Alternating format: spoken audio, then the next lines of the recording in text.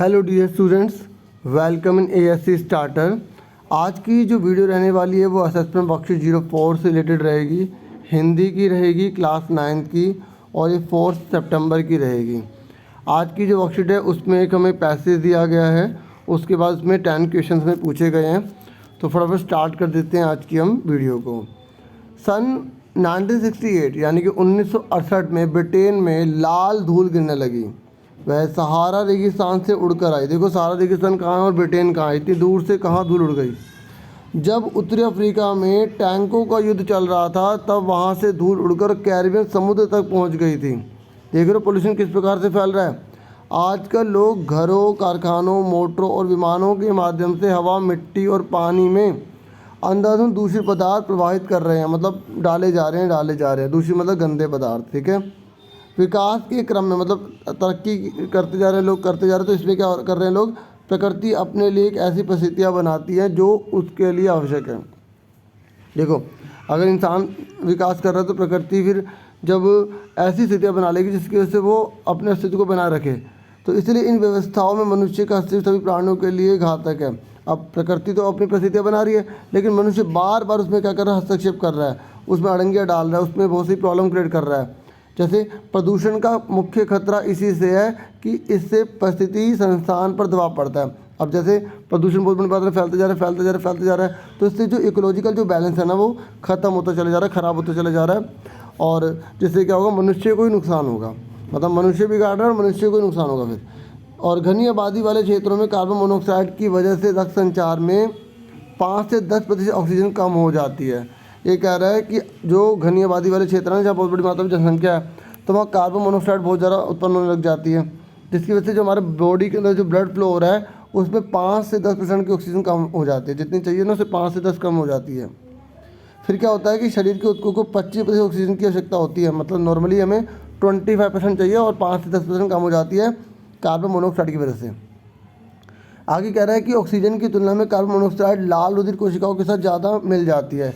ये कह रहा है कि जितनी ऑक्सीजन मिलनी चाहिए ना उसके मुकाबले कार्बन मोनोऑक्साइड ज़्यादा मिल जाती है। तो इससे ये हानि होती है कि ये कोशिका ऑक्सीजन को अपनी पूरी मात्रा में संभालने में असमर्थ रहती है, जिसकी वजह से हमारी बॉडी के अंदर जो कोशिकाएँ होती हैं वो पूरी तरह से ऑक्सीजन को संभाल नहीं पाती है। और आराम की स्थिति में मनुष्य को 10 मीटर हवा की आवश्यकता होती है।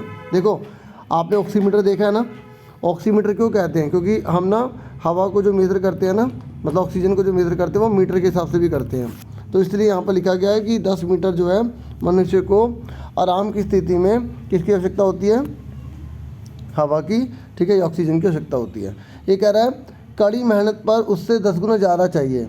एक दिन में एक दिमाग को इतनी ऑक्सीजन की आवश्यकता होती है जितनी कि यह कई हेक्टेयर वनों में पैदा होते हैं। देखो कई हेक्टेयर वनों में पैदा होगी उतने हमें एक दिन में चाहिए। और मिट्टी में बढ़ते हुए विष से वनस्पति की निरंतर कमी और मिट्टी में जहरीलापन बढ़ता चला जा रहा है। तो आपका बच्चों फ़र्ज़ है कि आप कुछ ना कुछ जो जरूर करें प्रकृति का, जैसे पेड़ पौधे लगाएं, उसकी रक्षा करें। और महासागरों के प्रदूषण आदि की वजह से ऑक्सीजन की उत्पत्ति में कमी होती जा रही है। और दूसरा क्या हो रहा है कि जो लोग हैं वनस्पति को तो ख़राब कर रहे हैं, महासागर में ही प्रदूषण बढ़ता चला जा रहा है, क्योंकि जितना भी सारा पानी के अंदर जितना भी सारा केमिकल वगैरह डाला जाएगा वो कहाँ जाएगा, महासागरों में तो जाएगा। इसके अतिरिक्त प्रतिवर्ष हम वायुमंडल में 80 अरब टन धुआं फेंकते हैं। 80 अरब टन बच्चों। कारों तथा विमानों से दूषित गैस निकलती है, अब मतलब दूषित मतलब जो हानिकारक होती है। अब फटाफट इसके आंसर देखते हैं। पहला पूछा गया है हवा शब्द का पर्यायवाची शब्द होगा। देखो पहला है आपसे पूछा गया हवा शब्द का पर्यायवाची शब्द होगा, तो मैंने यहाँ पर एक ही लिखा है वायु, बाकी आप चाहें तो बहुत सारे लिख सकते हैं, जैसे पवन, समीर, ठीक है। अब ऐसे पूछा है धुआं का तत्सम शब्द होगा, ठीक है, मतलब जो संस्कृत में जिनका यूज़ किया जाता है धूम्र होगा, ठीक है। जैसे आपने सुना भी होगा धूम्रपान, ठीक है, मतलब धुएं को पीना, है ना, जो कि हानिकारक होता है। नेक्स्ट, मनुष्य शब्द का समानार्थी शब्द क्या होगा, तो मनुष्य को मानव, आदमी, आप दोनों में से कोई भी एक लिख सकते हैं। ऐसे कमी का विलोम शब्द मतलब उल्टा पूछ रहा है, तो बाहुल्य, अधिकता, इस तरीके से आप कोई सा भी एक लिख सकते हैं। नेक्स्ट बोला गया दूषित शब्द में मूल शब्द और प्रत्यय होंगे। देखो जो मूल शब्द होता है ना उसका एक अर्थ होता है, और जो प्रत्यय होता है ना वो मूल शब्द के पीछे लगाया जाता है, ठीक है। जैसे यहाँ लिखा है दूषित, तो दोष जमा इत, तो दोष मूल शब्द कहलाएगा, इत प्रत्यय कहलाएगा, ठीक है। तो यहाँ पे मैंने लिख दिया है कि दोष मूल शब्द है और इत क्या है, प्रत्यय शब्द है। अब आगे देखते हैं आगे कौन से क्वेश्चन है। उसके बाद डियर स्टूडेंट्स 6 क्वेश्चन है। यहाँ बोला गया असमर्थ, ठीक है। असमर्थ शब्द में उपसर्ग और मूल शब्द बताना है। मैंने आपको बताया ना, मूल शब्द जिसका एक अर्थ होता है और उपसर्ग जो मूल शब्द के आगे लगता है। तो असमर्थ में क्या होगा, अ जमा समर्थ, तो अ क्या है, उपसर्ग है, ठीक है, और समर्थ क्या है, मूल शब्द है। क्लियर हो गया। अब आ जाइए 7वें क्वेश्चन पर। देखो 7वें क्वेश्चन में बोला कि आराम की स्थिति में मनुष्य को कितनी ऑक्सीजन की आवश्यकता होती है। तो आपकी जो वर्कशीट है ना, उसमें मैंने अभी आपको बताया था कि जैसे आपने ऑक्सीमीटर देखा होगा किस तरीके से मीटर में वो मेजर करता है। तो आपकी जो वर्कशीट है उसमें केवल आपको इतना ही आंसर लिखना है कि आराम की स्थिति में मनुष्य को 10 मीटर हवा की आवश्यकता होती है। लेकिन मैंने आपकी एक्स्ट्रा नॉलेज के लिए अगर आप लिखना चाहें तो आप जो है इसे पहले लिखिएगा, पहली बात, ठीक है।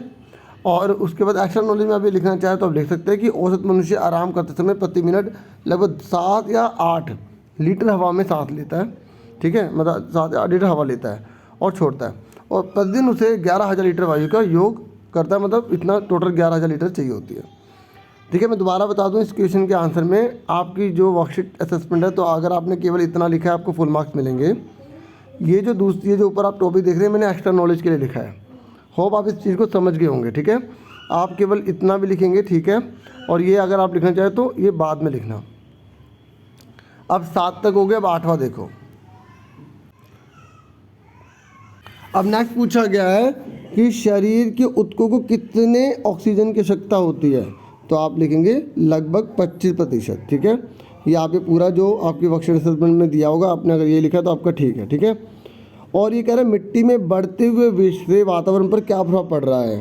तो हम लिखेंगे, या आप कुछ और भी लिख सकते हैं, जो भी आपको अच्छा लगता है उसके अंदर से काट भी सकते हैं, से बढ़ा भी सकते हैं।